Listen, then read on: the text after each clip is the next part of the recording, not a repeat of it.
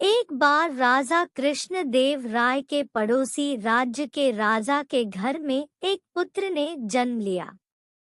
उस राजा ने महाराज कृष्णदेव राय को अपने मंत्री गण के साथ आकर उसके पुत्र को आशीर्वाद देने के लिए आमंत्रित किया। राजा कृष्णदेव राय अपने मंत्री और तेनाली के साथ वहां पहुंच गए। बच्चे को देखते ही तेनाली ने कहा, यह बच्चा अपने पिता से भी अधिक बुद्धिमान और एक बड़ा योद्धा बनेगा। बच्चे का पिता अत्यंत खुश हुआ, लेकिन सभी मंत्री गण तेनाली का यह कहकर मजाक उड़ाने लगे कि केवल दिखावट से आप किसी चीज को कैसे तोल सकते हो। राजा कृष्णदेव राय ने भी इस बात पर मंत्री गण का समर्थन किया। तेनाली महाराज, मैं किसी भी वस्तु को दिखावट से तोल सकता हूँ। तेनाली की बात सुनकर मंत्री गण और राजा ने मिलकर एक योजना बनाई। उन्होंने 2 मटके लिए, एक में सोने के सिक्के भर दिए तथा दूसरा खाली छोड़ दिया और उन्हें एक पेड़ पर बांध दिया।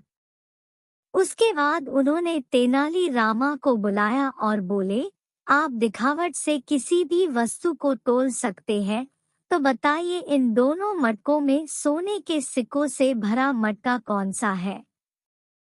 तेनाली ने बड़ी ही आसानी से इसका सही उत्तर दे दिया। राजा तेनाली, तुमने इसका जवाब इतनी जल्दी कैसे दे दिया? पागल की सलाह। तेनाली महाराज, यह पहेली इतनी आसान है कि इसका जवाब कोई भी दे सकता है। आपने 2 मटके लटकाए हैं, जिसमें एक खाली है तथा दूसरा भरा है। आप अगर ध्यान इनकी रस्सी पर देखेंगे तो पाएंगे कि भरे हुए मटके की रस्सी खिंचाव में है तथा खाली मटके की रस्सी ढीली ढाली है और हवा चलने के कारण मटका निरंतर हिल रहा है। तेनाली रामा के इस कथन से राजा और मंत्रीगण यह समझ गए कि वाकई दिखावट से वस्तु को तोल जा सकता है। शिक्षा किसी भी इंसान का व्यवहार उसके संस्कारों को समझने की एक सीढ़ी है। एक बार राजा कृष्णदेव राय की सभा में एक परदेशी आया और राजा एवं सभा में मौजूद सभी से एक सवाल पूछने की आज्ञा मांगी और साथ ही जवाब देने वाले को उपहार में एक हीरो का हार देने को कहा। राजा, पूछिए क्या सवाल है? परदेशी, आपके राज्य में सबसे मूल्यवान चीज क्या है? एक ने जवाब दिया, राज्य का खजाना। दूसरे ने जवाब दिया, हीरो से जड़ा राजा का मुकुट। तो कोई कहता है सेना। राजा तेनाली राम की तरफ देखकर, तेनाली आपका जवाब क्या है? तेनाली महाराज, किसी भी राज्य की सबसे मूल्यवान चीज है लोगों की आजादी। परदेशी, आजादी वो कैसे? आप इसे कैसे सिद्ध करेंगे? तेनाली, मुझे थोड़ा समय दीजिए, मैं इसे सिद्ध कर दूंगा। महाराज, तो ठीक है, जब तक तेनाली रामा इसे सिद्ध नहीं करते परदेशी यहाँ के मेहमान है। राजा ने परदेशी के रहने खाने पीने की सुविधा की देखरेख तेनाली रामा को सौंप दिया।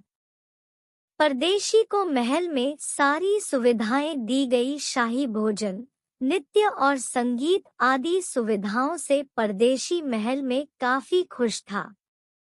एक दिन उसका मन नदी किनारे टहलने का हुआ। जब वह अपने कक्ष से बाहर निकलता है तो द्वारपाल उसका रास्ता रोक लेते हैं और कहते हैं, क्षमा करें महाशय, आपको बाहर जाने की अनुमति नहीं है। परदेशी को लगा यह सब मेरी सुरक्षा के लिए है और वापस अपने कक्ष में चला जाता है। लेकिन यह रोकथाम परदेशी के साथ प्रतिदिन होने लगी, किंतु महल के अंदर सुविधाओं में उसे कोई कमी नहीं आने दी। वह महल के अंदर कैद हो गया था, जिस कारण सभी सुविधाएं उसे फीकी लगने लगी। 10 दिन के बाद सभा फिर लगी। तेनाली ने महाराज से परदेशी को सभा में बुलाने की आज्ञा मांगी। परदेशी सभा में पहुंचता है। राजा परदेशी से, क्या आपको महल की सुख सुविधाएं अच्छी लगी? परदेशी महाराज, सुविधाएं तो भरपूर थी, किंतु मैं निरंतर उनका लुत्फ न उठा सका। मुझे बाहर घूमने फिरने की सुविधा नहीं दी गई। मुझे ऐसा प्रतीत हुआ मानो किसी ने मेरी आजादी मुझसे छीन ली हो। अचानक राजकुमार की नजर खिड़की की ओर पड़ी, जहां एक बहुत चूंकि महाराज ने परदेशी की देखभाल का जिम्मा तेनाली रामा को दिया था, तो वे तेनाली पर बहुत गुस्सा हुए। तेनाली महाराज, क्षमा करे, किंतु मैं परदेशी को बताना चाहता था कि आजादी से मूल्यवान कुछ भी नहीं। इनके पास सारे ऐशोआराम होते हुए भी ये उनका निरंतर लुत्फ न उठा सके, क्योंकि इनके पास इनकी आजादी नहीं थी। परदेशी को अपने सवाल का जवाब मिल चुका था। उसने खुश होकर तेनाली रामा को हीरो का हार उपहार में दिया। राजा कृष्णदेव राय और सभा में मौजूद सभी तेनाली की चतुराई पर तालियां बजाने लगे। शिक्षा, आजादी एक ऐसा मूल्यवान शब्द है जो हमारी अंधेरी दुनिया में एक प्रकाश का उजाला लेकर आता है।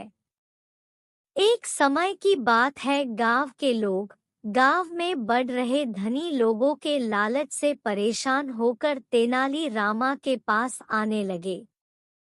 तेनाली भी रोज रोज की शिकायतें सुन परेशान होने लगा।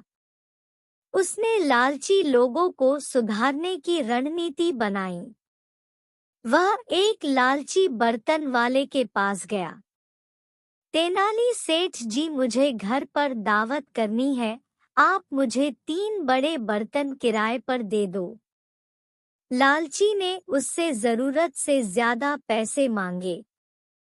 तेनाली समझ गया, लोगों की बात ठीक है। वह बर्तनों को घर ले आया और वैसे ही दिखने वाले छोटे आकार के बर्तन खरीदे और वापस लालची बर्तन वाले के पास पहुंच गया। तेनाली सेठ जी, मुझे लगता है आपके बर्तन पेट से थे। इन्होंने 3 छोटे बर्तनों को जन्म दिया है। लालची तेनाली की बात समझ नहीं पाया, किंतु यह समझ गया कि यह कोई पागल आदमी है। तेनाली के जाने के बाद वह काफी प्रसन्न हुआ। उसको 3 बर्तन की जगह 6 बर्तन मिल गए थे। कुछ दिनों बाद तेनाली वापस उसकी दुकान पर जाता है और लालची को पैसे देकर 5 बर्तन किराए पर लेता है। लालची ने सोचा, क्यों न इसे दोबारा बेवकूफ बनाया जाए। लालची तेनाली से, सुनो भाई, मेरे ये बर्तन भी पेट से हैं। 2-3 दिन बाद इनके बच्चे होने वाले हैं, तो इनका ख्याल रखना और वापस आकर मुझे 10 बर्तन दे देना। यह सुनकर तेनाली वहां से चला जाता है। कई दिन बीत जाने पर जब तेनाली उसकी दुकान पर नहीं लौटा तो लालची उसके घर पहुंच जाता है। लालची भाई, आपने मेरे बर्तन वापस क्यों नहीं दिए? अब तक तो उनके बच्चे भी हो गए होंगे। चलो लाओ, मेरे 10 बर्तन मुझे दे दो। तेनाली दुखी होकर, मुझे खेद से कहना पड़ रहा है कि बच्चे देते वक्त आपके बर्तनों की मृत्यु हो गई। लालची गुस्से में, क्या तुम मुझे बेवकूफ समझते हो? भला बर्तन भी मरते हैं। तेनाली, क्यों, जब बच्चे दे सकते हैं तो बच्चे देते वक्त मर भी तो सकते हैं। लालची अब समझ चुका था कि यह कोई बेवकूफ नहीं बल्कि ज्ञानी पुरुष है। शिक्षा, कंजूसी एकमात्र ऐसा रास्ता है जो हमारे जीवन को बर्बादी की ओर ले जाता है। कंजूस सेठ की कहानी। तेनाली की मोटी बिल्ली। एक बार की बात है, राजा कृष्णदेव राय की पत्नी यानी रानी को बिल्लियां पालने का शौक चढ़ गया। बिल्लियों के प्रति रानी की दीवानगी इतनी अधिक हो गई कि उन्होंने अपने सभी सभा मंत्री, द्वारपाल और तेनाली रामा को एक एक बिल्ली और एक एक गाय पालने के लिए दे दी। गाय इसलिए दी गई ताकि बिल्लियों को गाय का ताज़ा दूध मिल सके। सभी लोग अपनी अपनी गाय और बिल्ली लेकर घर चल दिए। ठीक 1 महीने बाद रानी ने सभी को अपनी बिल्लियों के साथ महल आने का आदेश दिया ताकि वह देख सके कि किसने बिल्ली की सबसे अच्छी देखभाल की है।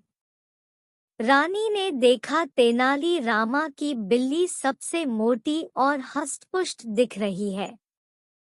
रानी ने खुश होकर तेनाली को 100 सोने की मुद्राएं उपहार में दे दी।